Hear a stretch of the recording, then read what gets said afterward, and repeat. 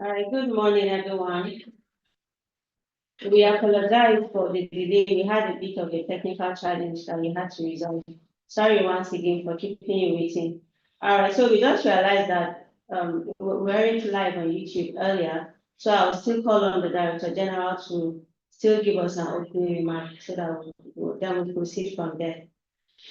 Okay. During this September edition of the Plateau Tech Talk, today we're going to look at how government services are being provided to the public online, so that we give some awareness to people on what is even available online and also how to access it.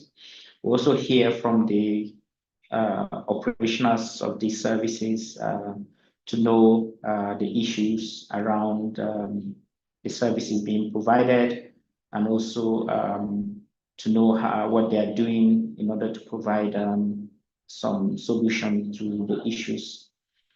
Thank you so much for joining us. This webinar is going to repeat every month, and also we have our channel. You can go there and look at other historical editions of this event. Thank you so much. Over to you, Winifred. All right, thank you very much, sir, for this opening remark. So we'll go right into our panel discussion for today. And this month's topic, which is e-government and digital inclusion for Plateau citizens, is very timely. And I have some distinguished guests and experts with me here on this panel that will be doing justice to this topic. So to proceed, I would like to introduce our panelists for today. And we have here Dr. Jim Wires, who is a highly accomplished chartered accountant, renowned for his extensive experience in both the public and private sectors. We also have Dr. Wires is currently serves as the executive chairman of the Plateau State Internal Revenue Service, where he has driven unprecedented reforms in the state's revenue administration. And under his visionary leadership, Plateau State has witnessed a historic and consistent upward trajectory in its internally generated revenue, recording a 96% increase in less than 2 years. So you're welcome, sir. We're happy to have you here. Then our next, Winifred. Thank you. Our next guest is Mr. Geoffrey Daché. Mr. Geoffrey Daché is the head of sales for Smart Apps Information Technology Limited. Mr. Geoffrey, you're welcome. And then we have with us. Thank you, ma'am. Engineer Modibo Samari, who is the head strategy and result delivery office, and he's ably represented by Mr. Ben. You're all welcome. I'll just give each of you 1 minute to give us an opening remark before we proceed. So we'll be starting with Dr. Jim Wires. You're welcome, sir. Thank you, Winifred. Thank you, the team. Thank you, DG. Peter, is an opportunity to share our thoughts and share what we're doing here at the Plateau State Internal Revenue Service. As the chairman of the Plateau State Internal Revenue Service, our major core function is to collect revenue that accrues to government. So, and we can't just collect it like that without the use of technology. And I guess that's the reason why this webinar is very important to everybody that is listening to us, even within and outside JOS. Thank you very much. Very much, sir. We're happy to have you here. Mr. Geoffrey. Morning, ma'am. Morning, everyone. Okay, thank you for the opportunity to be part of this discussion. For me and Smart Apps IT Limited, we are known across the country. Currently, I think we have done so many automations in payroll, in revenue collection, smart school systems, and all that. So we are known even in Plateau State in building payroll systems and other software solutions around. So I want to share what we have and what we do with us in this discussion. Thank you very much.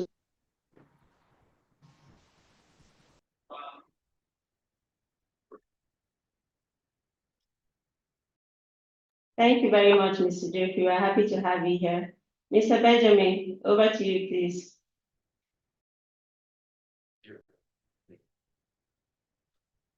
Yeah, good morning all. Thank you so much for this opportunity. So for the SRGO, our core mandate is program management, also strategy and impact, and then financial advisory, and then also ICT and digital transformation. So we provide support for MBAs and to align their activities with the key priorities of His Excellency, which are the three priorities: economic rebirth, physical infrastructure development, and then peace, security, and good governance. So we are happy to be part of this webinar and share our thoughts with you. Thank you. All right, thank you so much, Mr. Benjamin. You're welcome once again. All right, so to set the stage, I know that we have viewers on YouTube who may not be tech savvy. So let's first understand what e-government means. Simply put, e-government is the use of information communication technologies to deliver government services and exchange information and also engage with citizens, businesses, and other arms of government. E-government reduces delays, it cuts down unnecessary paperwork and improves transparency in government operations. At its core, e-government is not just about technology, it's about trust, transparency, and efficiency. It ensures that citizens can access services without barriers and also reduces opportunities for corruption and fosters openness in governance. Another important aspect of e-government is that it enhances the ease of doing business. So you can imagine entrepreneurs applying for permits or paying taxes or even registering their businesses seamlessly without going through layers of bureaucracy. And this is the promise of digital transformation in governance to empower both citizens and businesses to thrive in a transparent, responsive, and inclusive system. And this conversation about e-government cannot be complete without digital inclusion. So it is one thing to build digital platforms, but it is also another thing to ensure that all Plateau citizens, whether in Jos, Panshin, Shandel, Mangu, or Lantan, can access, understand, and benefit from these services. Inclusion is about leaving no one behind. So as we begin today's session, I invite us all our viewers to engage and also explore how Plateau State can leverage technology to build government that is efficient, transparent, and truly citizen-centered. So thank you to our panelists for agreeing to be on this session. And for our viewers on YouTube, you are also welcome. Kindly like our page, our channel, and also follow so that you can stay up to date with our subsequent webinars. So to begin our panel discussion, I'll start with the Executive Chairman of the Plateau State Internal Revenue Service. So I'm aware that the PSRS has an application that has simplified tax payments for Plateau citizens and businesses. So I would like to know what is the adoption and feedback like so far, and how do you measure this? Thank you, Wilfred, for the background that you set, particularly on e-governance. Yes, very true. E-governance, simply put, is using technology to drive government processes. As one of the government agencies saddled with the responsibility of collecting revenue, not only taxes, or revenue that accrues to government. And one of the things we did was that when we come on board, we discovered that, yes, there was a system. We can't run away from the fact that there was an existing system when we came on board. And the system couldn't accommodate a lot of things. And one of the major error in that system, or the deficiency we saw in the system, is that the system don't allow party to pay directly to government. You pay to a wallet system, the wallet will not pay to the government. So you see, it breached what we call trust. Because if I'm paying and I'm paying to an individual, before the individual pay to government? How am I sure the money goes to the individual? So there's a trust deficit there. So the thing we did was that we want all our payments to go into the single treasury account. As you are paying, you are seeing you are paying to Plateau State government revenue account. And that was the first thing we did. So we built an intelligent billing system. And this system is all encompasses, it has everything. And not all that only that is all encompasses. It accommodates even those that are technologically savvy. It can make those ones that can only just go to the bank and pay. It can make those ones that can only use POS. It can make those ones that can use the internet to transfer. And the good part is that the system is such a way that it fetches data from our database. So it means that we do not only abandon the old system, we have to migrate our data from the old system into the new system.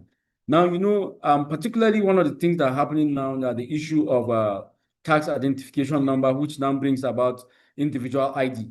Before then, we have gone past there. And our new system always incorporates two things that are very important, the BVN and the NIN. So the NIN takes highly important because that's your first identity as a Nigerian. So one of the things we did was that we made the NIN as one of the mandatory fields in our new platform.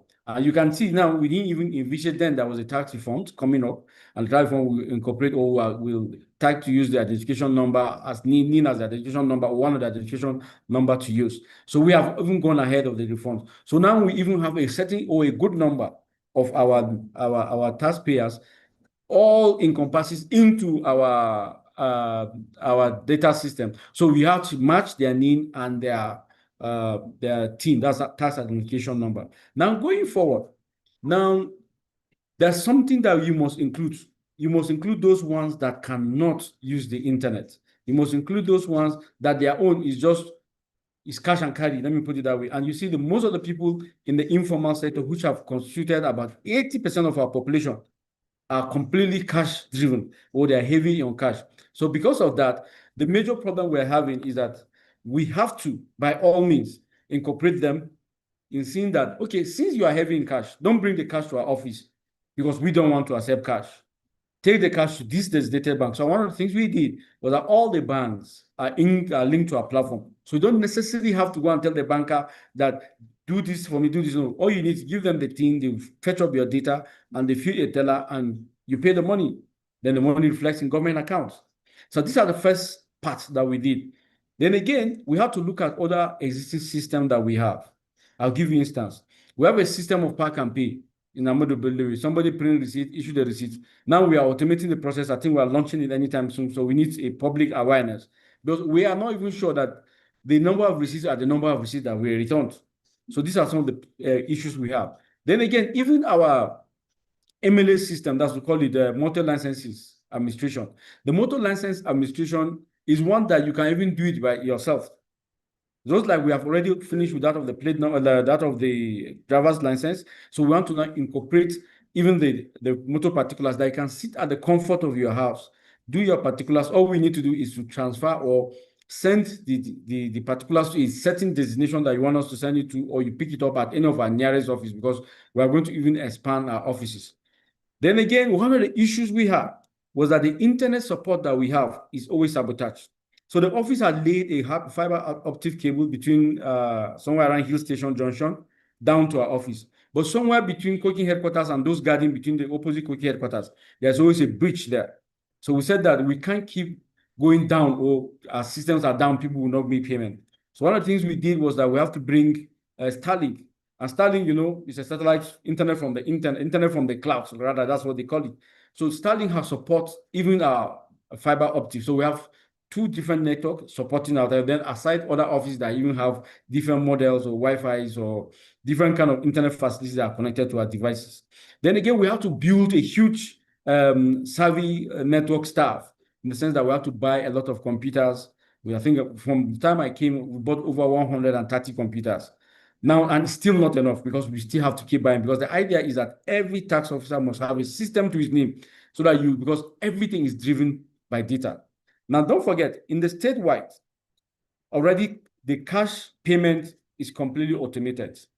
But so the collection too must be end to end. So from beginning to the end must complete. So we have achieved that reasonably, but that's a kind of a background for what we have been doing and how far we have gone. Thank you. All right, thank you very much, sir. And I must really commend all the work they are doing into ensuring that tax payment is simplified for Plateau citizens and taxpayers. So you have mentioned some of the challenges that you are facing, especially regarding network and also adoption of technology.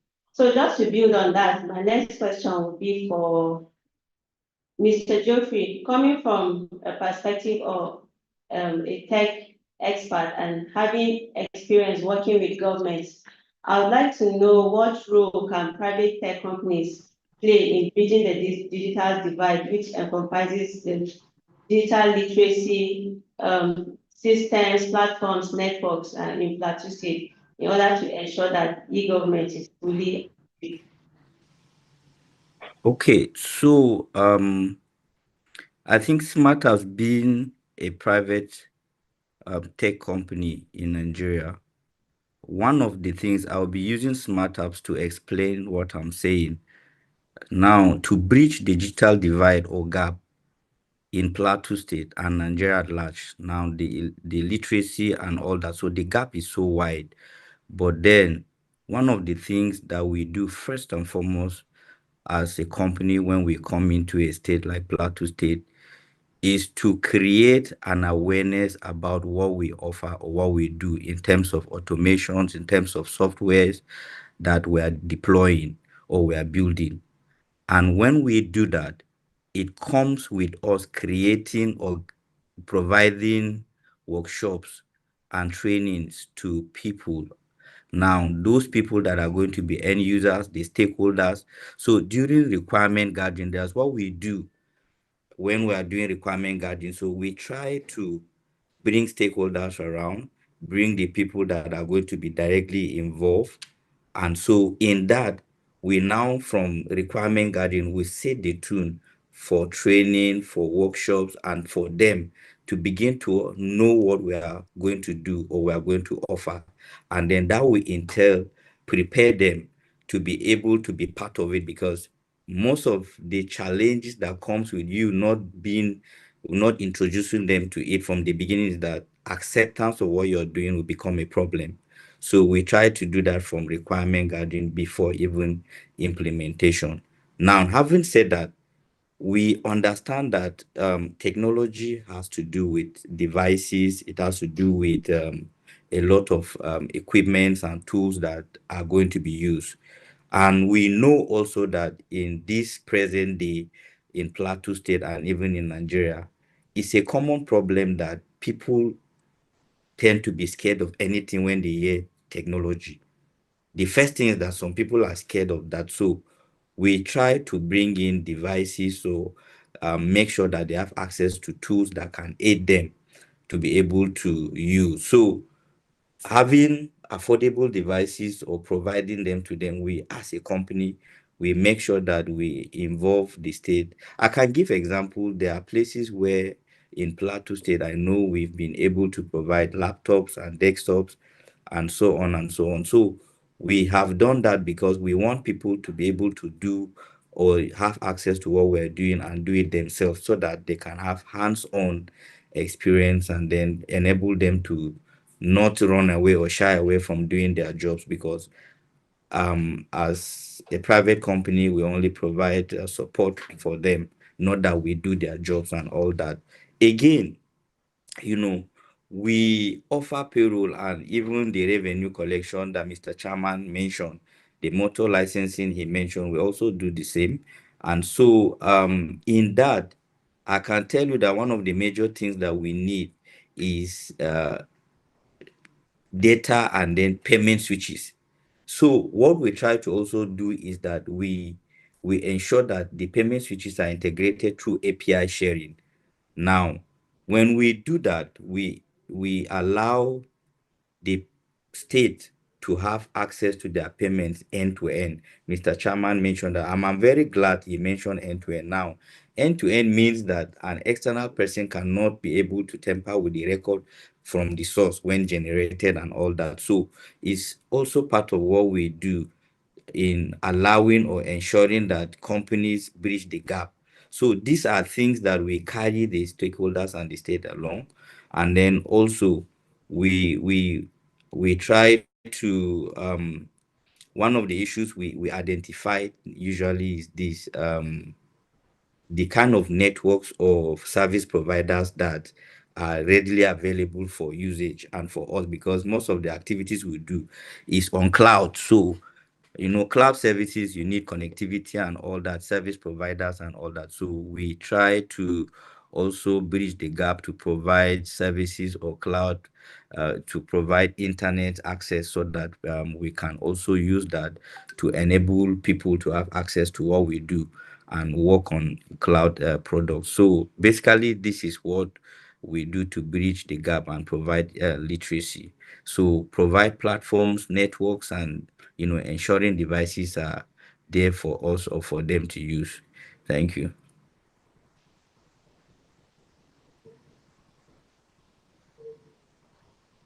Thank you very much, Mr. Anthony. So it's very important that there is enough awareness, trainings, and also the necessary tools are provided to ensure that technologies are fully adopted by the citizens and the users of these technologies. So we have begun to answer some of the questions. The next question I'm going to ask you is, I know that you've had presence in Plateau State for some years now.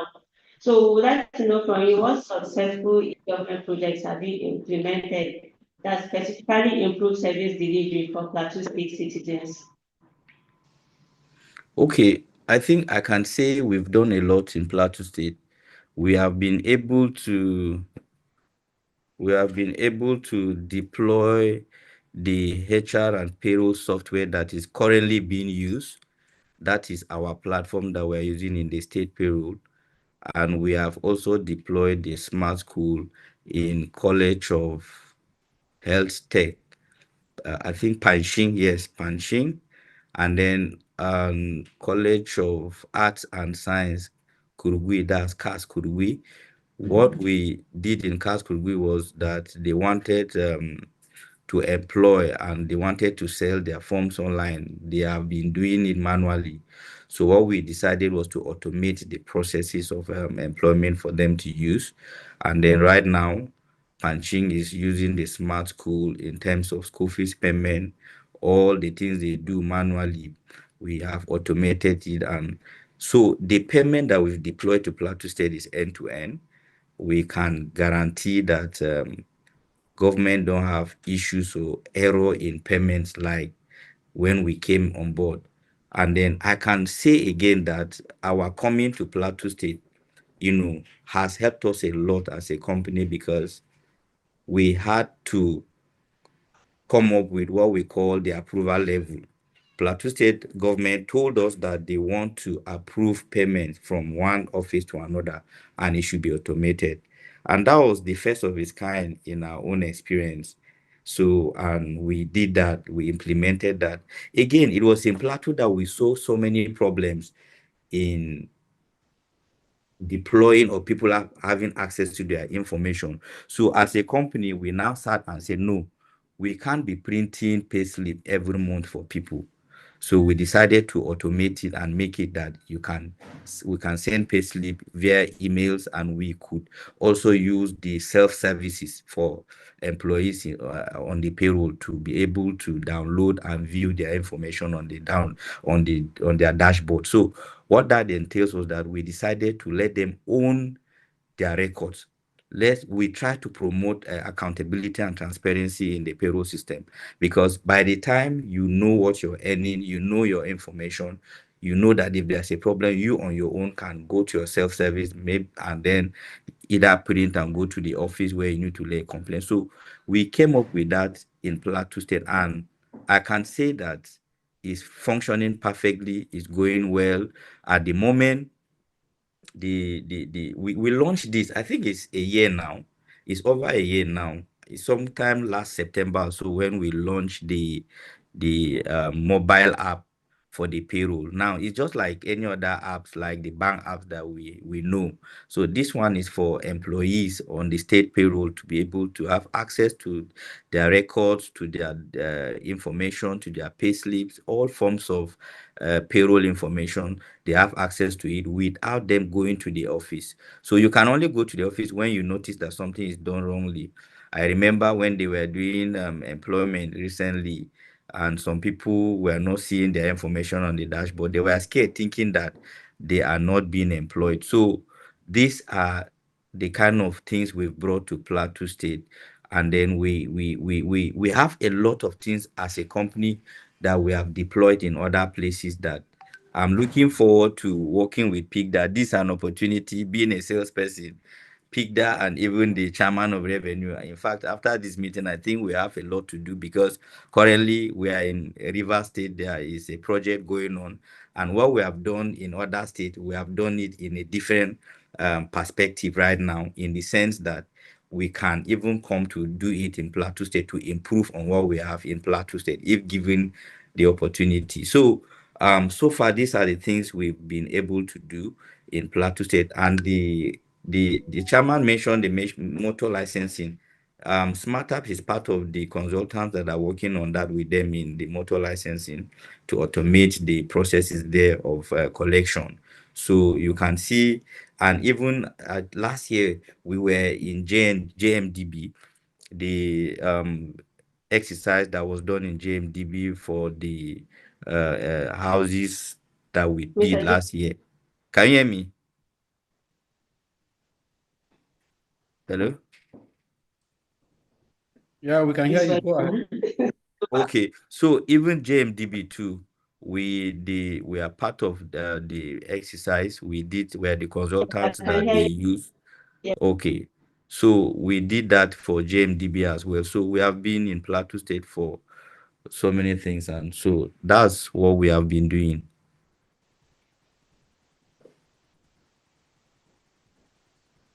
All right, thank you so much for your contribution and shedding more light to what you are doing in Plateau State. However, we'll have to charge you for taking our time to advertise your company here.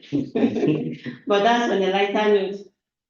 All right, so when it comes to technology and when it comes to e-government, it has to do with people putting their data out there once they are using applications. So I would like to know, and sometimes people have trust issues because they are not sure that this data they are putting out there is secure. So my next question is for the executive chairman of the Plateau State Internal Revenue Service. We would like to know if you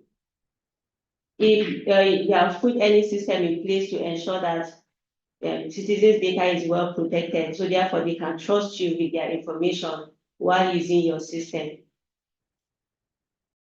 Thank you, Winifred, for that question. I think one of the first things we did was to make sure that we register with Nigerian Data Protection Rights. We have all manner of certifications with them. In fact, not only with them, right now we're doing one integration with DMAS, and DMAS is going to link our data or our taxpayer base with the BVN. Because the idea is that, you see, the world have gone nuclear. We can't keep fighting the war with Mark 4 guns, because things have changed. And one of the things is that the only way we can get this right is by investing heavily in technology and get to have access to different data. And there is also a problem that if you breach the rights of even the taxpayer, you will be in for it. So as a government, even as an agency under the government, we know all those responsibilities. So we have registered, we are protected, and we have never had any time in our life that any of that our systems were hacked or any of our data were harvested by any unethical hacker. But however, while we're doing that, we know that we need to protect every data, because these data are things that our individual taxpayers do, and so obtaining with utmost privacy. But beneath that, All our data are not even saved in our offices, no, are saved in any computer. We have saved all our data in AWS, that's Amazon Web Services. So Amazon Web Service, and that's why I talked about internet. Once your data are in Amazon Web Services, you only need data to even access it, you yourself that have the data. So by that, this were kind of a shield for us to protect the data because we don't even have a center where we can do it. And again, even if you have a center, there's a need for you to also build what we call data recovery, DR side, data recovery center, in case this data you have was harmed or something happened to it. But with Amazon, you don't need to worry about even building a DR site. So you don't need to do data recovery center in anywhere. So everything is warehoused there. But however, they also have their DR site there. So once you lose your data here or anything happen, they can always put your data back. Now, again, we collect data even from as low as the market women. We also collect data from the banks. Now, again, if, for instance, the services sent for financial transaction of any given taxpayer, we are expected to maintain ultimate secrecy. In fact, the law had prosecutions, so I don't want to talk into those details about the law, whether the penalty for breach of confidentiality and the rest. They are there, they are enshrined. So, one thing about taxation is sitting on what we call three pillars. The first pillar is the law, the second pillar is the administration, then the third pillar is the policy. So the laws are even there if you violate. Then again, the administration also has its own punishment. Then policies, there are different policies of government that come and take care of those things. I was listening to Geoffrey talking about what they are doing in Plateau, but I was trying to confirm even the schools that they said they are running, and these are the schools that have issues with. I hope they are not the ones aiding and abetting them, because one of the problems we had in the state that we said everything will go into a single treasury account. So even if you are going to pay school fees from any tertiary institution, we have 8 tertiary institutions in the state. And I think a good number, I think about 4 or 5 are complying 100%. And we have what called T+1. At midday, the last day, like today for September, if there's any collection in any of the 8 tertiary institutions, by midnight, it will be flow back to them. That's 75% of their retention will return to them. Then the 25% will settle in the TSA account. But I know that I have problem with colleges of education, pension, and that of College of Health, pension, and even CAS, College of Arts, Science, and Technology, could be. I know I have issues with those schools. So I need to even discuss with Mr. Geoffrey after now, that they are smart app that they built for those schools for collections and whatever they've done. Are they linked? Do we have an API? An API simply means applications program interface.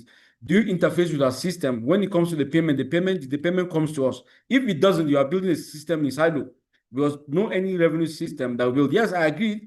We are doing some things with you around the JMDB.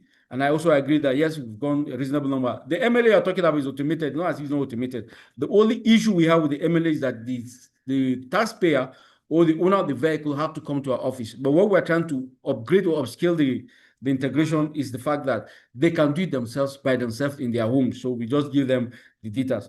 So we're doing a lot in protecting the data of our taxpayers, more especially, the thing which is identification of our taxpayers are highly protected, and all their financial dealings are equally highly protected. Thank you, and God bless us all. Thank you very much, sir, for this elaborate response. So in your speech, you mentioned about MDAs, organizations working in silos, which is quite a problem when it comes to e-government and digitizing government processes. So I'll throw this question at Mr. Ben. So how do you coordinate between government agencies and private partners to create a cohesive digital inclusion strategies rather than fragmented efforts to ensure that these MDAs are not working in silos, but they are working together to achieve a common goal?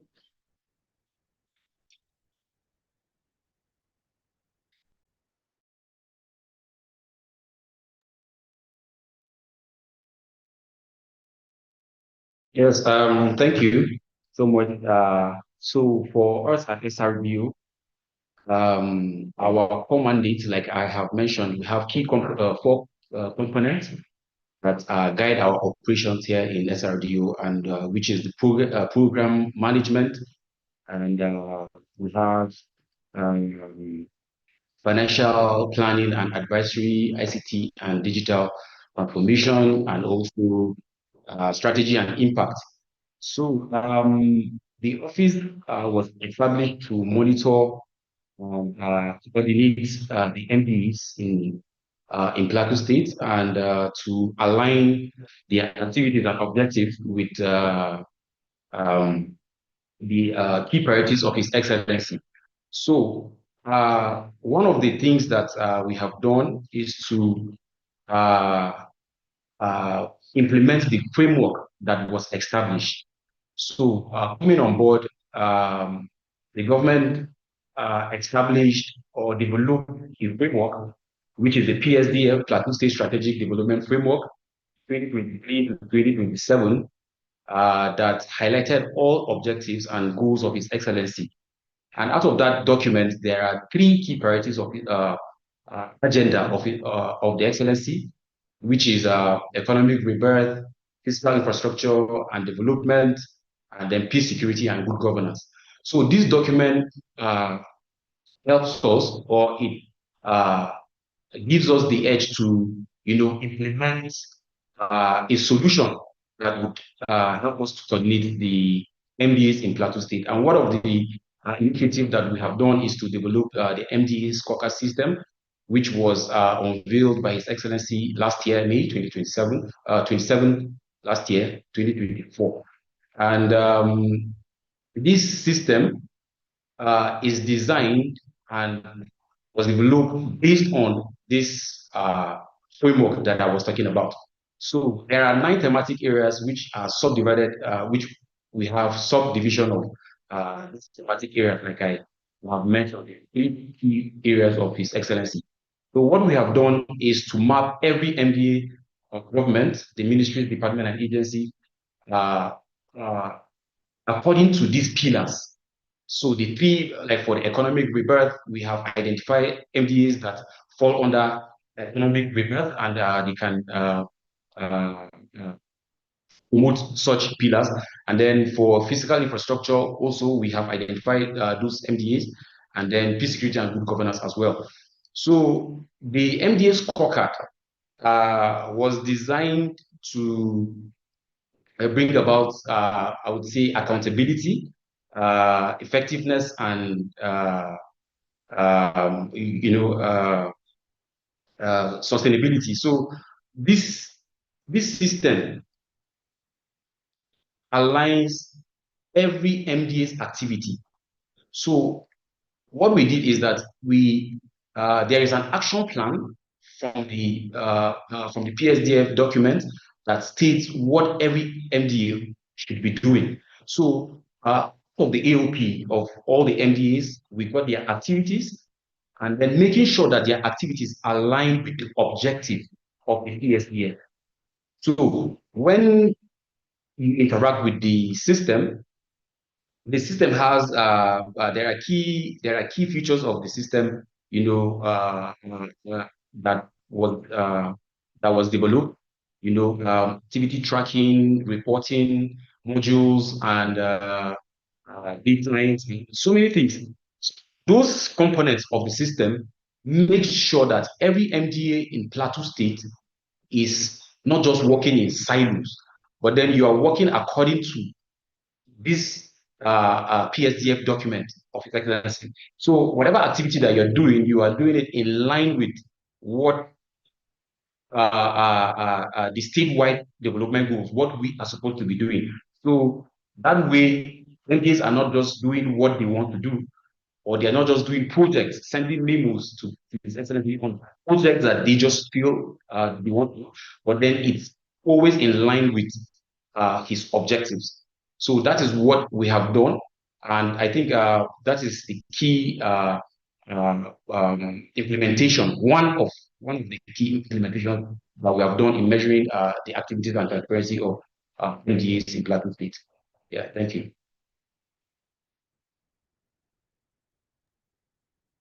Thank you very much, Mr. Benjamin, for your response. Mr. Chairman, earlier you talked about integrating your payment systems, as from other MDAs to that of PSRS. So I would like to know what is the level of collaboration that PSRS has achieved so far with other MDAs in integrating activities. Okay, so thank you very much, Winifred. So one of the things we tend to achieve is that we want to ensure that we're using a mono system, that's a single system in terms of all revenue collection. And if I mean all revenue, not all the taxes. So one of the facts that we do is that most of the MDAs will come to us that we want to plug into your system, we want the payment. In fact, let me also state here clearly that it's not even only the jobs that what the SRDOs are doing, that's Strategic Result and Delivery Department doing. We have also collaborated with the judiciary. Now, the judiciary, they have their customer fees, so we've even linked our API with them. So very soon we'll start seeing their collection coming in. Now, I did not say we're working in silo with any MDA. I only said that if a smart app are developing an application for any of the tertiary institutions and they are not plugged, their API is not plugged, we didn't give them API to plug into our system for the revenue collection, then they are trying to work in silos because we are not supposed to have different places collecting revenue for government. We have to have a single, that's why we have the single treasury, and the governor is clear about it. Now, collaboration with the MDAs, there's a lot of MDAs are collaborating with us. We'll give it to JMDB, I'll give it to even Ministry of Commerce, I give it to Ministry of PEPSA, even your own agency. Every time we have any challenges, particularly with the applications, most of the applications are built and transferred to us, we still relate to it, PIDDA, because we believe PIDDA is the umbrella body for all technology development and technology enhancement of the state or for the state. Again, the SRTO are doing a lot in terms of monitoring the performance of all MDAs. Now, what I want them to uptake again is that let's monitoring more from our own collection point of view, because you see, it's not enough that they are performing. If they are performing, what about their revenue that they are supposed to pay or that revenue are supposed to accrue to government? Are they being paid back to government coffers? That is only our concern. The money does not even come to me, does not even come to PSRS. The money at the end of it settled in the accountant general's office or in the accountant general account and it's being shared to the 3 tiers of government. And other MDs will attract their own part of the cake from there. Then again, one of the things we deal with the MDS is that for those of them that have what we call retention, that because you collected certain revenue, there are certain percentage that goes back to you. They don't even need to apply. They don't need to write that I need this to be paid to money. It is being paid automatically. So what we're trying to even do now is to even upgrade it to automate it in such a way that as your point of payment, because we're having issues with other agencies that says that they are a highly consuming nation or they have heavy overhead. For instance, the PRTV, because they need to run the diesel, they need to run they said they want daily remittance. So what we're trying to do now is that instead of the money remittance, for some peculiar agencies or particular MDs, we have to see a way in which that we just give them after 24 hours. We collect today and retire tomorrow, collect today and retire tomorrow. But again, if you are going to have that kind of report system, I want to have, so your reconciliation must be up and doing. I'll give you instance that I even have with the Smart App sometimes ago. Smart App have made payment from the Office of Accountant General to the PSRS for the payee of our state payee workers. But for whatsoever reasons, the gateway or the channel, there are different channels for payment passing or the channel for payment moving from one point to the other. I'll give you instance, we can have the remitter, we can have the interswitch, we can have the e-transact, we can have so many of them, Paystack and the rest. But however, when they make the payment, the money left the accountant general's office, the money did not land in PSRS accounts with the TSA accounts. We check. While we are saying we do not see, accountant general say we are paid. Now, these are some of the things that reconciliation have to do. And the only way we could reconcile this in very fast and possible is that we have to make a system whereby there is an invoice number. So what the new system does is that whatever you have on your invoice number is the same narration we have in the bank. So all I need is to pull off the bank statement and just do consolidated formatting and tell them that any pairing number that do not appear should show up. So reconciliation is now easier with our new system. So we have done a lot around that, and there's a huge level of collaboration. In fact, before now, even the state pay are not even paid to the state revenue board. So you could see how we have moved from zero to something. But again, there's a need for greater collaboration. You see, wherever there's money, it is believed that some funny things are happening there. But we have proved beyond doubt that not only the concept have improved, but proved that now you can trust government because the money is going into government accounts. We can see literally that government is even seeing the account growing. And the revenue can only grow if you block all leakages. And you see one thing about technology block leakages and it stops even fraud. Even if you didn't stop fraud, maybe you commit fraud, the system will always keep a trail. It's not like paper that you commit the fraud and go and shred the paper or burn the paper. In system, there's what we call audit trail. So the audit trail will always trace those leakages that have gone through the system. That is why I'm heavy that we must, by all means, have end-to-end automations from our collections and from our payment system. Like I said earlier, the payment system have been soft. There's end-to-end payment. Smart App have been doing a great job and in that regards. But however, from our collection point of view, we still see physical receipts at different fora. In fact, even last week I was watching the TV. I was shocked when I saw that during the last sanitation, they were charging people and they are writing receipts to the people that are the offenders of the sanitation or the breakdown of the law in terms of sanitation. So you see, these are kind of things that instead of that system, we have a mobile system that maybe just give him a POS, let him key into the POS, and you collect your money. Even if you want to show an evidence of payment by giving the receipt, it's fine. But we even have e-receipts. So we want to move forward that, now technology have made everything to become narrow. Even I have a printer that is as small as my laptop. In fact, it's not up to my laptop. So there's a need that even at that level, we can move at anywhere. Like a speed of light, you print the receipt and give them. I was telling them that very soon I will start having all my staff at every stop and search that the road safety, the VIO, the police will have. So that if they catch an offender there and then pay, we just pay and collect because we're losing a lot of money. These are some of the things that technology do. Then again, even technology help you to even check records easily. All I need to do is to get the plate number. I can just go online and check whether this person have paid or have not paid. I don't even need to go through a document to see that this person have paid. So these are some of the things that we have to upscale going forward.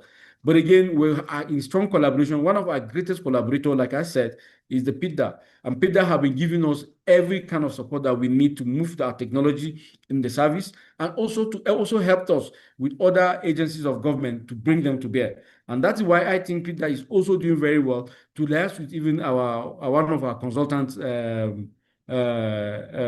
what do they call them now? Smart App, to also try to see and bring out. Now, you see, like for the payment of salaries in the state, no issues. If there are limited issues, issues that we can deal, trace, and track. But however, going forward, we also want to deal, trace, and track any form of collection. In fact, I was talking with the DJ of PIDDA the other time. He was telling me that, do I know that there are a lot of monies from the secondary schools, but this money does not even reflect or come to government account, and they need to automate those processes. So you see, PIDDA, you have a lot of job to do. For us, whatever system you are building, wherever you're building it, just plug into applications. Let's just see the money. We're concerned that the money should just come to the government coffer. Thank you.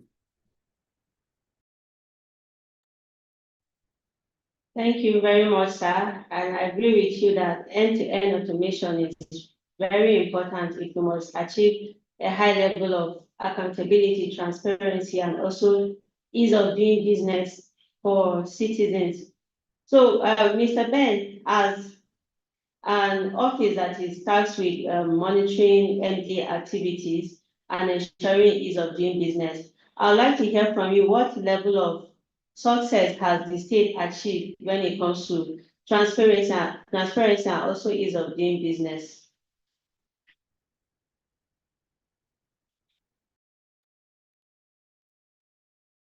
Okay. So thank you very much. One of the successes that we have identified in ease of doing business is the issue of online business registration.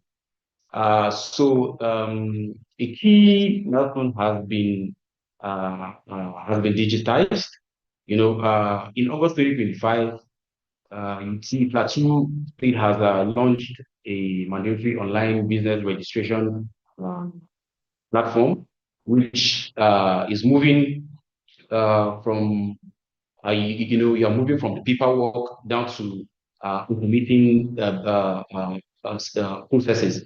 So one of the components that we have done in the SABA, which is the State Action and Enabling Business Reform, is to having the MDA develop an online business registration platform.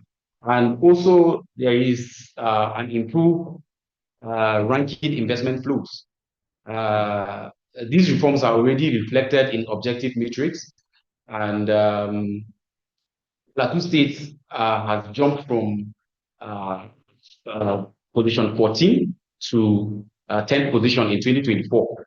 That is the record that we have currently. So one of the uh, one of the gains that we have seen a clear regulation, faster service delivery, and greater accountability.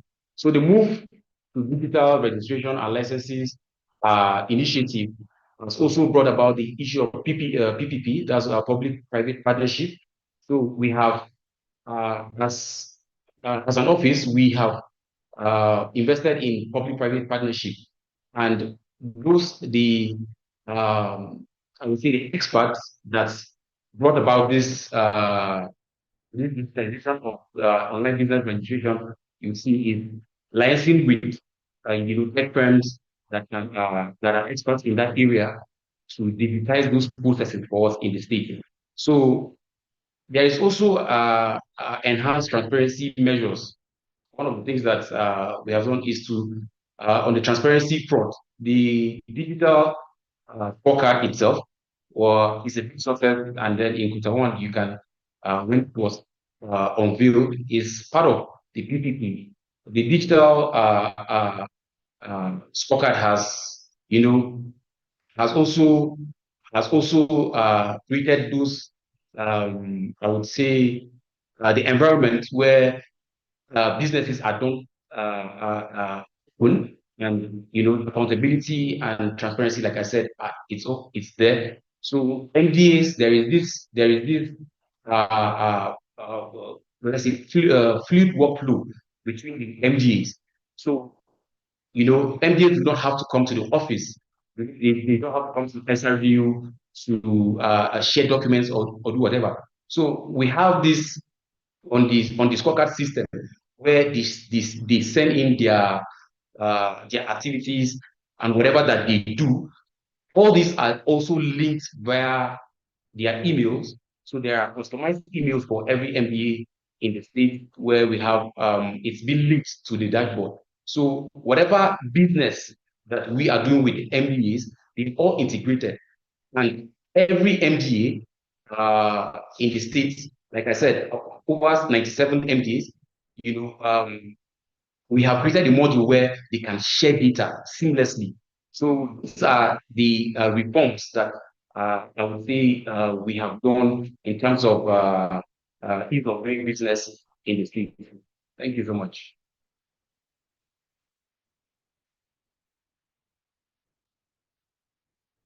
Thank you very much, Mr. Benjamin.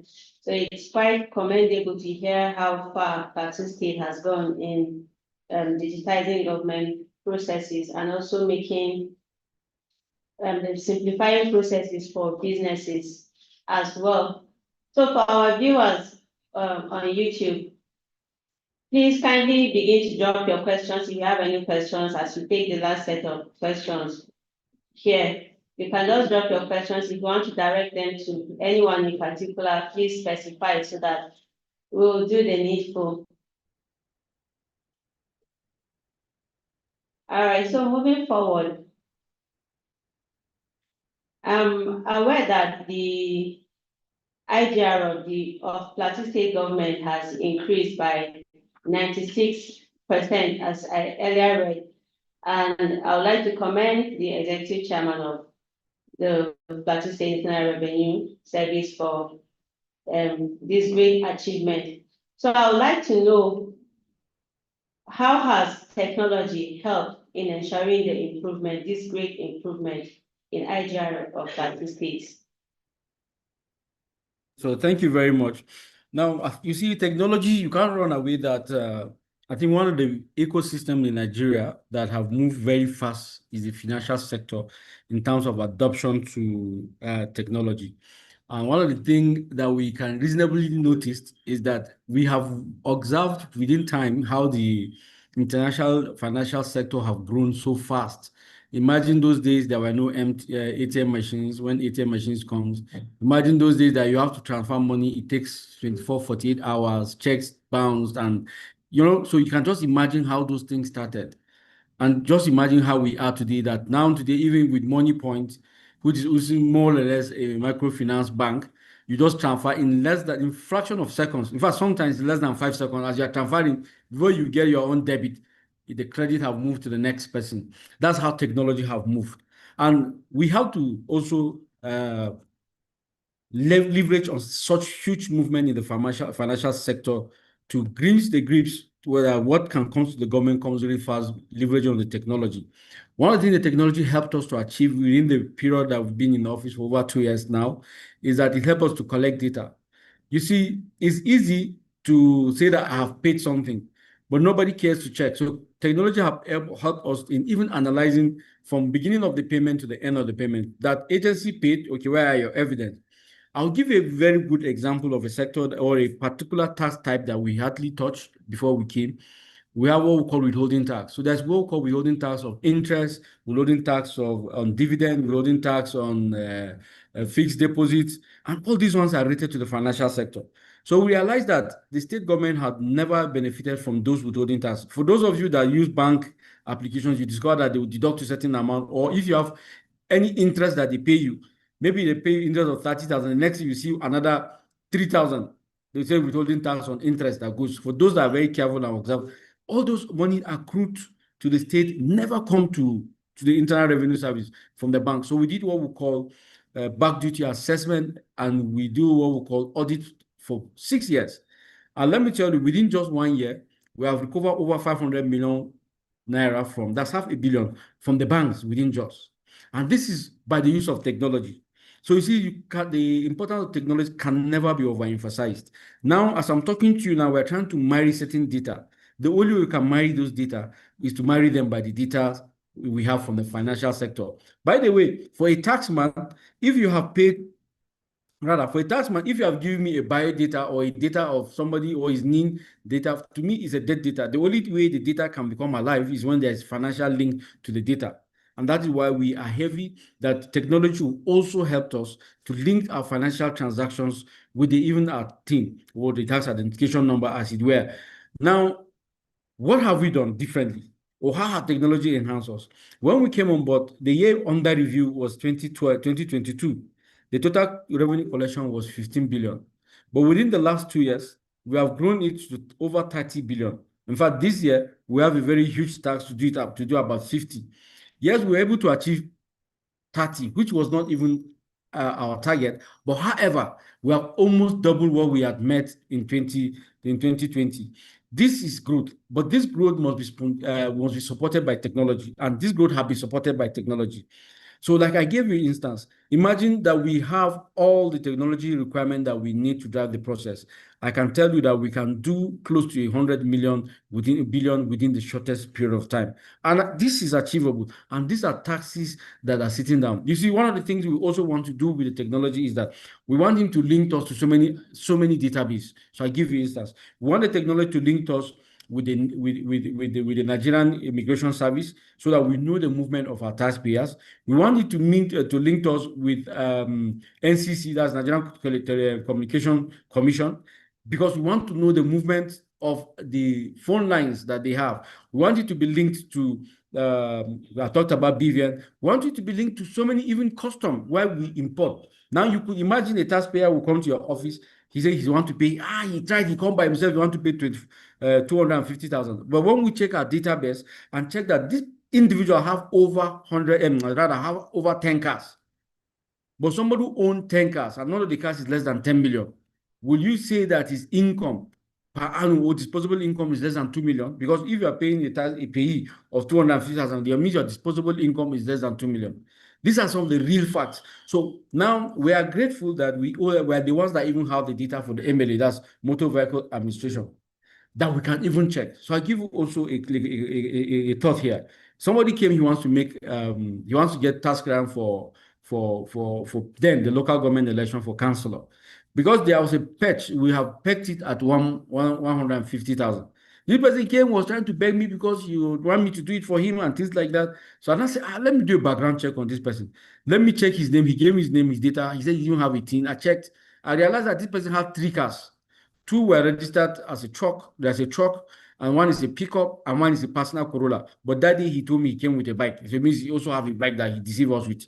But when we check, technology will reveal that this person's disposable income is more than even some of us that are even working as chairman. So the first thing I told him that, Renkatede, do you have this asset? He kept quiet. Do you have also this asset? Is registered your name? He said, hey, the last time the money paid him was last week. He only paid 500,000. Till today, did not pay. But this is somebody that came because he only want me to help him to pay 150. So you see, technology and data are two brothers that we have to just embrace in this digital age. Like I always tell my staff, tax collection is no more the way it was that we use paper and pen. Tax collection is how you harvest data. And sometimes the best way to harvest data is to leverage on technology. Sometimes you know that the tax authority has right to watch how your way of life is, and now come and tax you based on your way of life.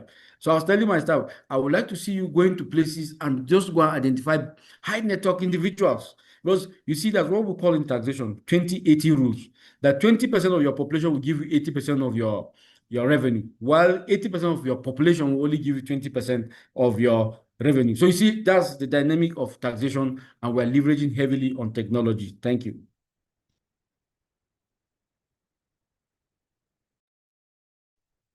Thank you very much, sir. Technology has come to stay, so it is best we learn how to use it and embrace it and also incorporate it to our day-to-day activities. So my next question is for Mr. Dashe. Coming from the private sector and someone who has developed solutions for government, I'd like to know, how can the private sector ensure that e-government platforms are secure, scalable, and inclusive?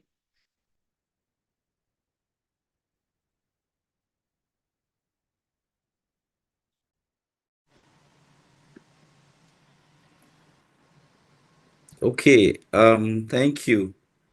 So this is very, very important because scalability, when you are deploying any software, you must make it in a way. Let me say this, smart apps, we use agile methodology. Now, what that entails is that we accept future changes. If there are updates that can come in later, we accept that. So it's not a waterfall kind of applications that we deploy around. That is number one. So in that, I will talk about scalability. Is one of the things that is very, very important when you want to ensure that everything is inclusive. Now, you need to know that there may be traffic, there may be increase in data. Mr. Chairman stressed a lot about data. And from all this, if you listen very well, data is very important. When you onboard in a new application, you must be ready to accept new things that will come in, traffic that will come in. And so you must be willing to deploy softwares that are able to be optimized. So in that, let me say that. Then again, there's one major thing for us that we also consider to secure our softwares, and which is security.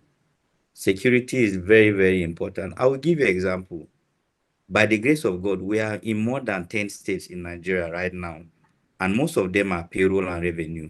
To the glory of God, we've never had any issue of fraud with our application. That's because we make sure that the security protocols are highly secure.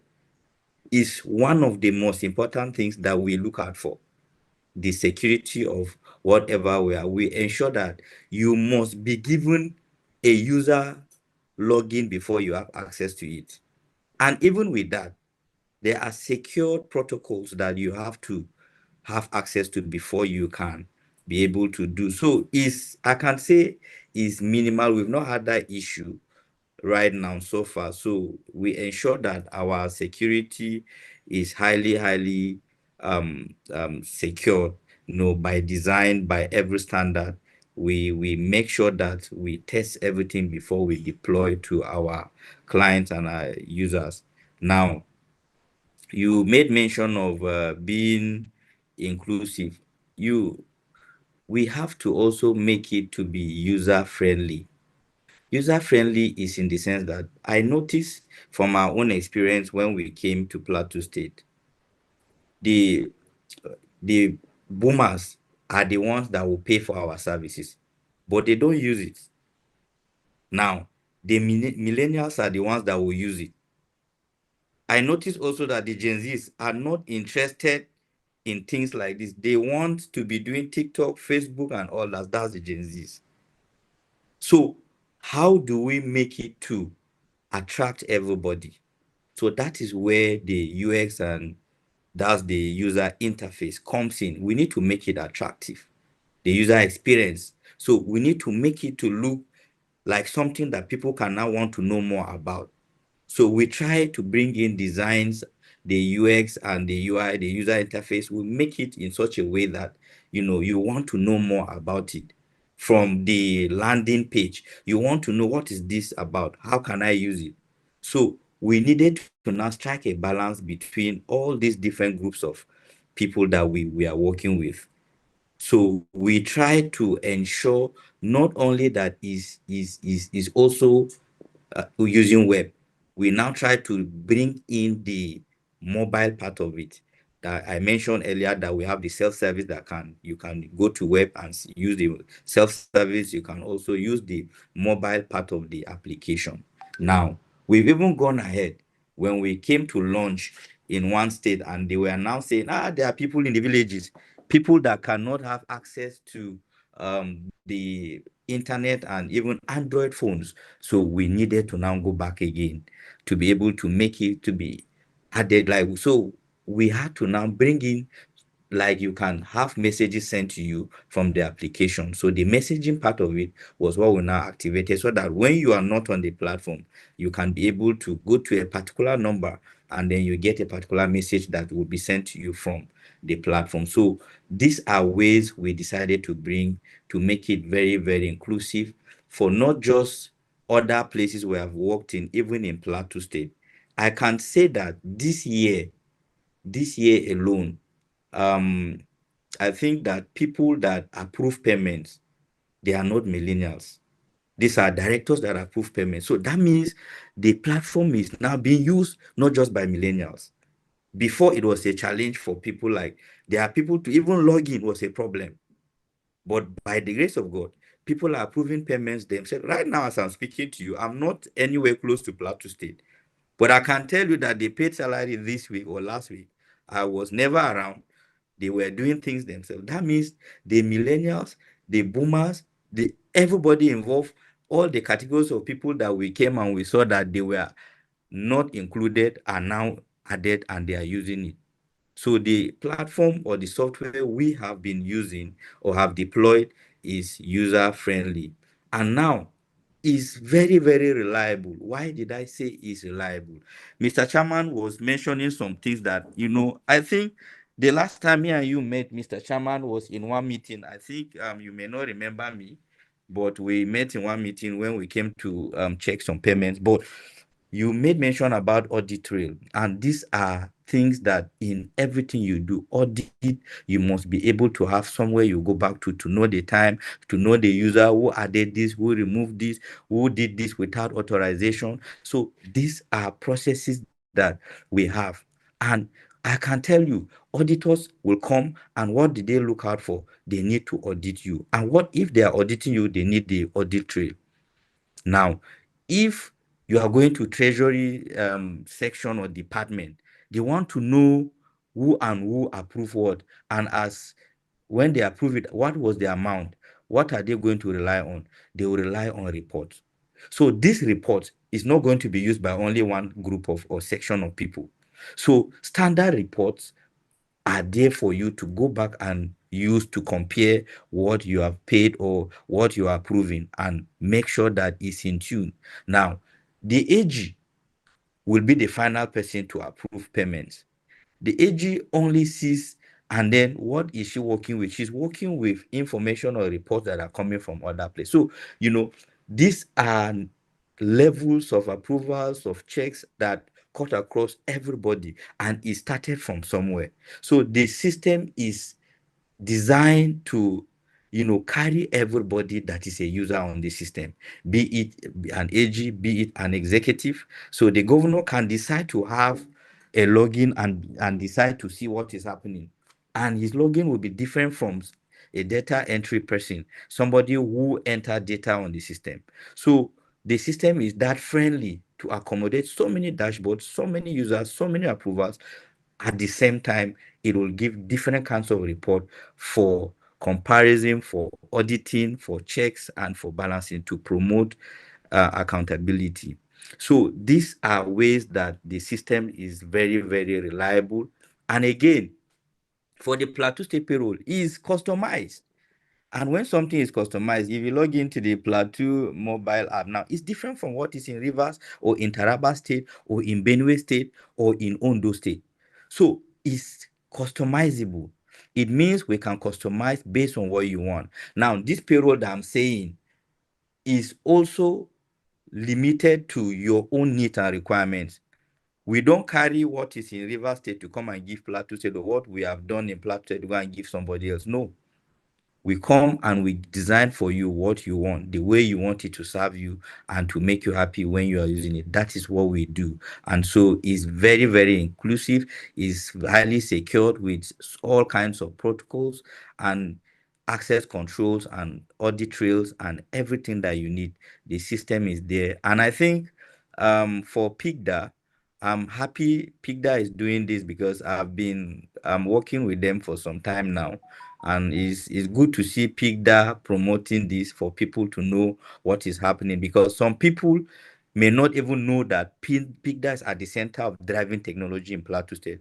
And this year, from this year, last year, I remember I've been following the DG of PICDA everywhere, and for me, I can see the transformation in PICDA and the level of transparency that is building, and that is where smart apps is still in Plateau State. And we are willing to continue to partner with you to improve and make sure that everything we are you can come to us for any automation. If you want us to automate from PICDA to anywhere, just let us know. Just a call away from you. We can move from the payroll, from the schools, from anything. And then I need to also add, Mr. Chairman, sir, since you are here, and when you mention about those other schools, I think what we need, you've mentioned it, is the API sharing for those schools um, for you to see what is happening and all that. So we have to do that, and I'll follow up on you, Mr. Chairman, after today. We have that API sharing so that whatever the schools are doing, they are in your own database, and then we can improve on what also you are trying to achieve in that. So basically, that is what SmartApps is trying to do as a private company that will help to bring in everybody, to be inclusive, to secure and ensure platforms are scalable. So we can optimize, if there's traffic, if there is more data coming in, the system is using a methodology that is agile. So we are good to go with all kinds of scalability. Thank you. All right, thank you very much, Mr. Dashi. So for a system has to be user friendly, it has to be able to meet the specific needs of those that it was designed for, and then be available for users in different forms, like you mentioned, such as the text activation and the use of applications. So in concluding this session, my last question will be for Mr. Benjamin. All right, so in 2 minutes, kindly tell us looking ahead, what is the SRDO's priorities for ensuring Plateau digital transformation benefits all citizens equally?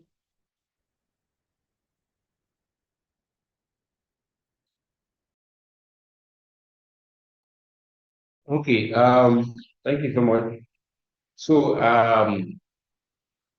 one of the priorities for us here in SRGU to make sure that there is inclusion in digital transformation is, first of all, infrastructure expansion.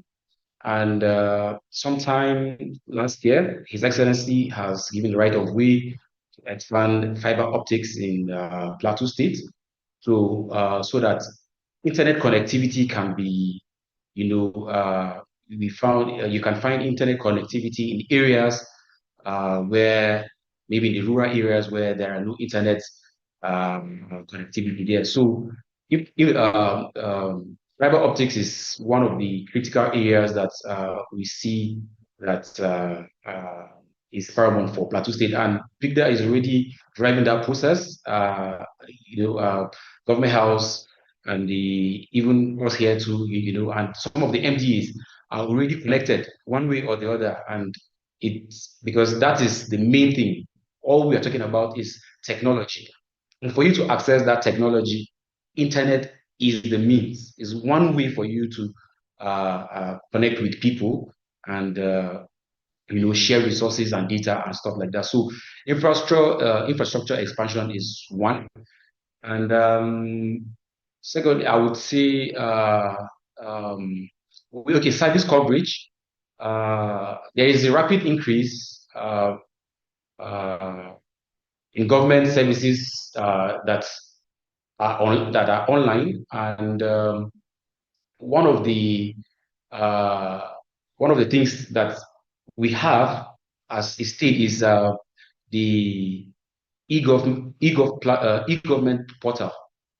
So that also is very, very important for us to bring about digital transformation, because we're trying as much as possible to see that all government services are online.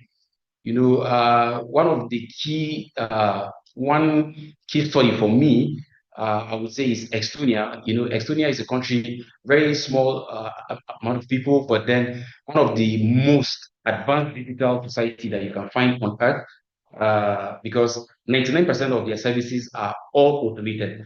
When you talk about food, health, and whatever, they are all automated.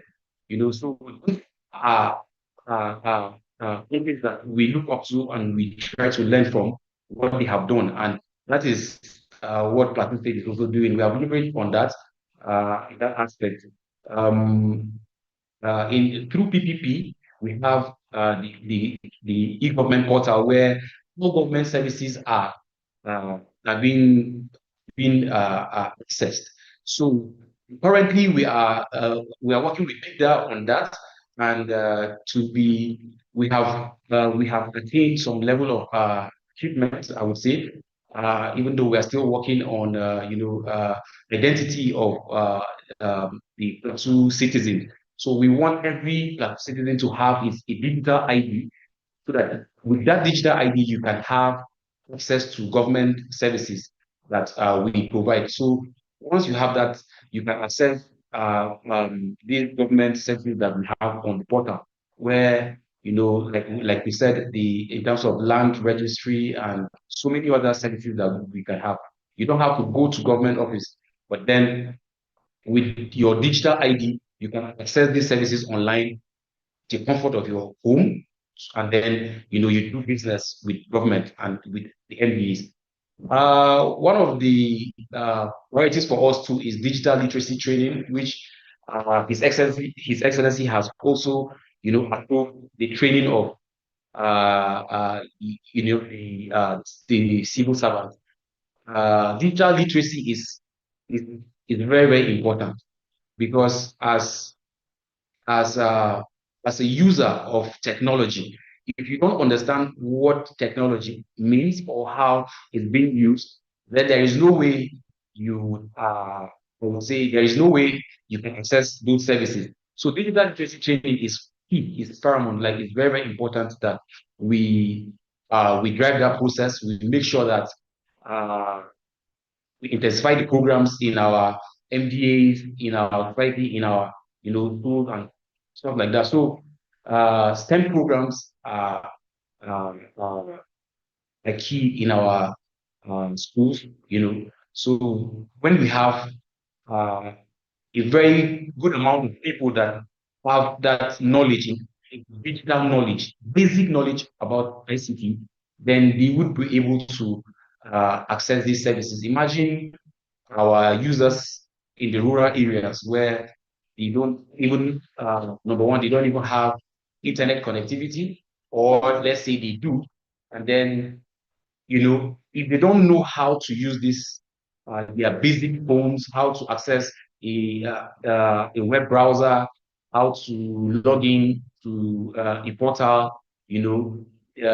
network, how to even connect to the network, then it's going to be difficult for us to even push forward doing digital transformation in Plateau State. So digital literacy is very, very important for us to drive. I would say 1.2 is also the open governance and data. Data is everything. Data is everything.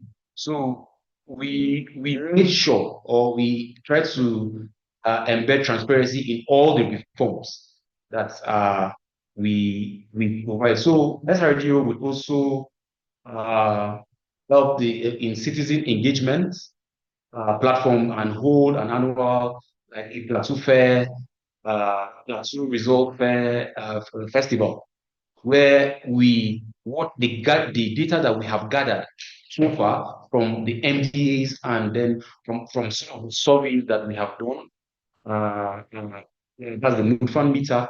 We try to gather this data, summarize it in in an explainable manner, in the sense that people can understand, and then share the data with the public, what we have done. So inclusiveness is, and then open governance and data. It's something that we are also pushing hard to see that we have done. And then expected outcomes. We try as much as possible. We are governed by this the strategic development framework document, and we try as much as possible to see that we align our goals and objectives with the national framework. So these are the things that we try as much as possible that we do to bring inclusiveness and then drive digital transformation in Plateau State. Thank you so much.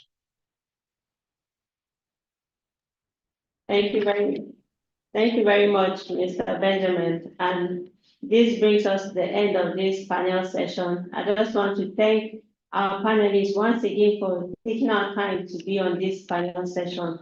And I also want to apologize for going over the time that we earlier scheduled for this meeting. So thank you to our viewers watching on YouTube as well. This session has been very educative and informing for everyone, I'm sure. So we have seen that in order to drive businesses, we cannot shy away from technology. Technology is very important, and it will help bring about transparency in government and also ease of doing business for citizens as well. So we have quite a number of questions, but for lack of time, we'll just take. I'm apologizing to those people who their questions will not be able to address today. So I'll just read out the questions to our panelists before we now take a minute to address them. This one is for the chairman of the Revenue Service. What systems are in place to prevent duplicate or fraudulent registrations? I'll just read all the questions at once. Okay, then this one is addressed to the DG. What is your vision for a digitally inclusive Plateau State in the next 5 years? And then this one is addressed to smart apps. There are cases where staff get to be underpaid, or sometimes they don't receive payments when their colleagues are paid. What are the issues and what ways can smart apps sort it out? And then there's another question for you, Mr. Dashi. Are there any plans to offer this app in indigenous languages such as Birom Hausa or Tarok? All right, so I'll just give the chairman of the service to answer his own question in 1 minute before we proceed to the next.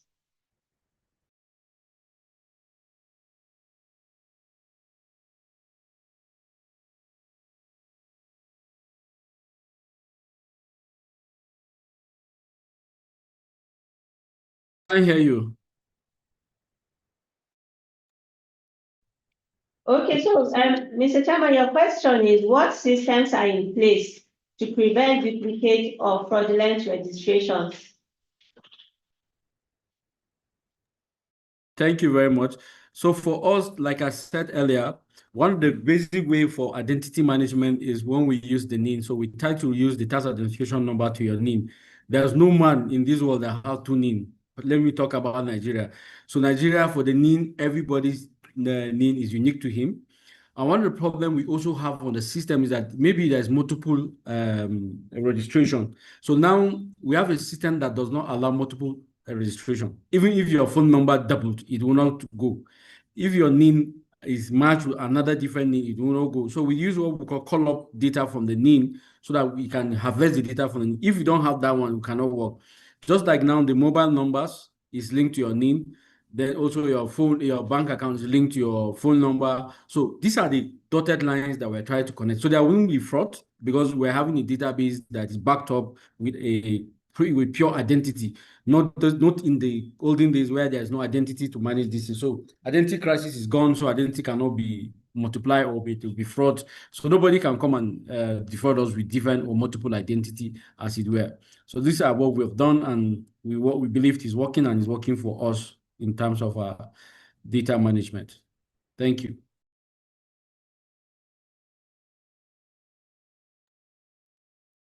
All right, thank you, sir.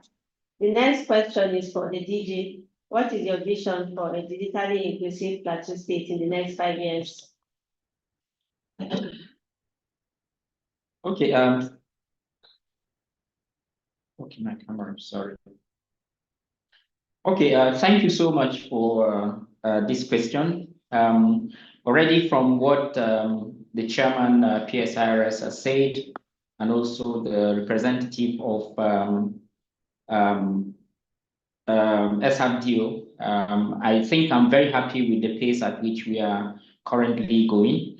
Some of the issues that are currently we are currently having have been mentioned, which is generally connectivity across our various villages, cities, in order to give people access to these services.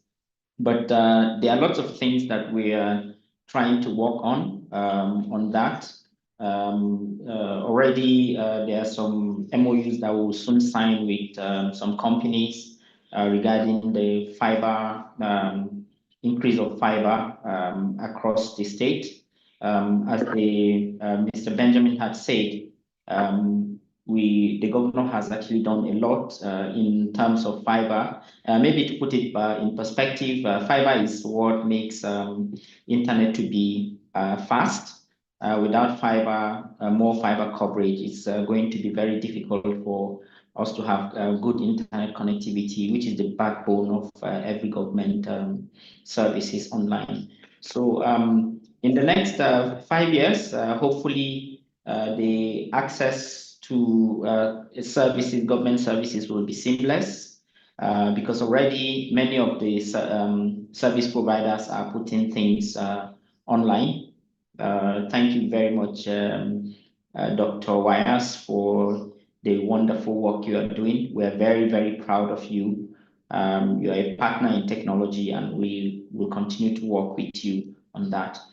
So we'll expand connectivity across the state, and hopefully in the next two years, we'll ensure coverage of fiber to about 70% of Plateau State, which will give access to digital resources. At least since the governor came, the fiber coverage increased from about 900 kilometers of fiber within the state to about 2,500. And in the next 1 year, we are looking at raising it up to about 5,000 kilometers of fiber within the state. Thank you so much.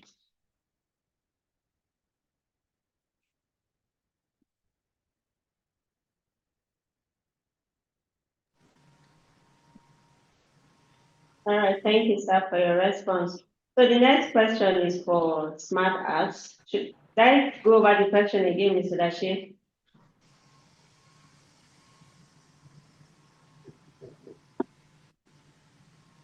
Okay. So I'm seeing the question. Are there cases where staff are underpaid? Yes, I would say yes. People can be underpaid due to so many reasons.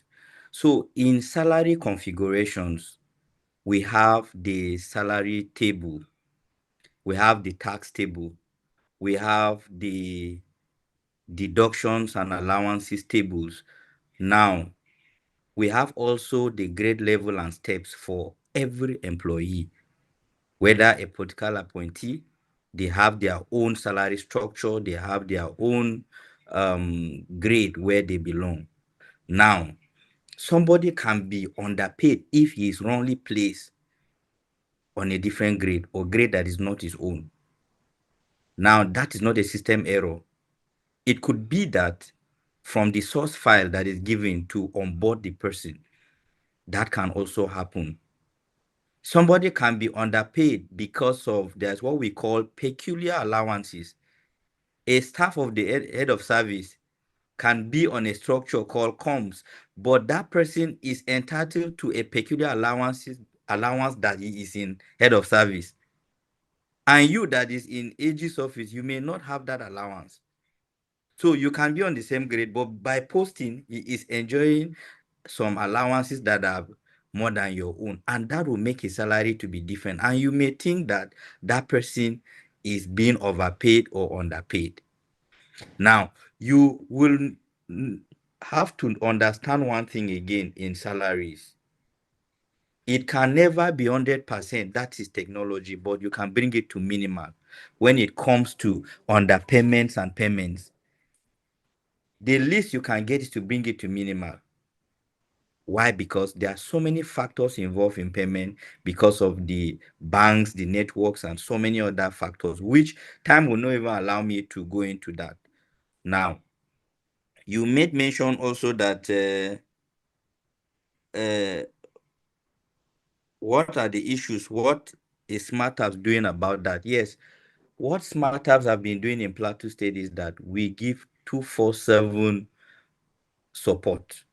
And I think DG can attest to it, and all of us, most of us that know us, we must have somebody around Plateau State so that when there's a problem, we must be there to ensure that we show the way for them to solve it as soon and as quickly as possible. So that is what we do to sort out issues. It's possible to have underpayment. It's possible to have overpayment. It can come from these factors.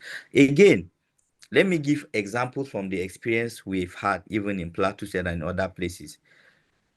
There's what we call percentage of basic.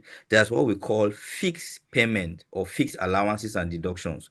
Now, if your allowances are fixed, it's just an amount. If your payments or allowances or deductions are by percentage of payment, it means it's by percentage of your basic. Now, there was a mistake in the past where somebody added an allowance to an employee by the percentage of basic when it was supposed to be fixed. So by that, the person was overpaid. It was a mistake from the staff of the state that is entering the data. So when we notice all that, we had to now trace it back through the audit trail to fix that issue. So these are things. So we try to provide, or we know the possible mistakes people can do to lead to underpayment, overpayment. So I made mention earlier that sometimes maybe somebody's on grade level 15 step 4, and then somebody entered grade level 15 step 2. Of course, that payment that the person will receive will not be that of 15.4, it will be that of 15.2, and that's underpayment. So when we realize that, we make sure we follow through to get approval from the head of service to implement it properly. And again, Sometimes it's even the table itself. You learned that the minimum wage was approved and implemented recently in Plateau State and even across other states. So, at times there are certain grade levels that you see when you get there, it looks like you are being underpaid. Somebody contacted us recently and said she was given promotion, and the promotion is supposed to be paid 3 years arrears, and then the only thing she got was 2,000 naira as the difference. So, and this person happens to even know me very well. So she thought I could just go and add something. No. So when we went back to the table, we contacted the head of salaries. This was the table that was signed by government and given to us. So we can't change anything. It means that the table has to be changed. So that is also a factor in payment that we have seen from experience. So one thing about salary is that one of the accountant generals I've worked with told me that you cannot outlive the process. So what you do is you try to improve on it every day. And that's what we do when it comes to payment and salaries. So when issues like this come, we trace it to see the problem and solve the problem. Thank you. Then the second question, somebody is asking if there are plans to offer app in indigenous languages. Of course, um, with the rapid increase in technology and everything, we want to do that, but that will come at a cost. A lot is involved for you to add languages on an app. That's to be sincere. Just for you to even put an app on Apple, the Apple Play Store or on Play Store, just to put an app there, it comes at a cost. The process you need to follow. So come to talk of you want to add a language, there are processes to it, and there are regulations or guidelines that it has to be met. And if we must do that, we must collaborate with either the government to achieve that, and it comes at a cost because some of the cost will be handled by who? So these are discussions that can grow even beyond this particular discussion we're having. So, but it's doable, it's achievable to customize it to the indigenous languages that we want, but we need to work with the people that know the languages to be able to get it right and implement. So it's not going to be easy, but it's doable. It's something we can do, and then it will cost the state some good cash. So basically, that is that on the app and then the languages. Thank you. Tarok, okay. I can see Tarok. Thank Yes, these are just examples. Thank you very much, Mr. Bashir. So our last question for today is for Mr. Benjamin. There are strategic LGAs in the area of business and mining. What are the strategies SRGO is using to make sure that these LGAs, through relevant ministries, get to maximize the investment and ensuring youth employment?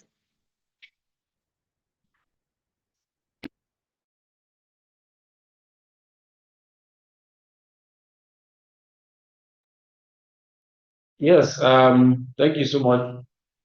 So for that question, there are, the issue of illegal mining in the state has been has been there for a very very long time, because we are known for mining and mining processes. But if you recall, His Excellency gave an executive order for illegal mining processes uh, to be on hold for some time. Only licensed sectors or a group of creative that have these legal documents that mandate you to mine, to go into mining activities. Only that point, I would say that you can engage in mining activities. So one of the things which is very, very important, and that is why His Excellency gave an executive order that all mining activities should be on hold. And for people that would go into mining activities, you must have a license to do that, and that is exactly what we have done. And if you go around when that was issued, you would see security agencies around those mining locations, just to make sure that illegal mining is being stopped, because a lot of people are dying. There was we had an experience one time. We went for a field visit in one of the projects that we are doing around Hurricane Ladi, and in that right there, somebody died in the as a result of mining. So immediately, few weeks after that, when we went back, we had to relate that with His Excellency, and then few weeks after, to give an executive order that mining activity should be put on hold, only for those that are licensed. And I think that is a reform that really helped in bringing sustainability in the mining sector. Thank you very much.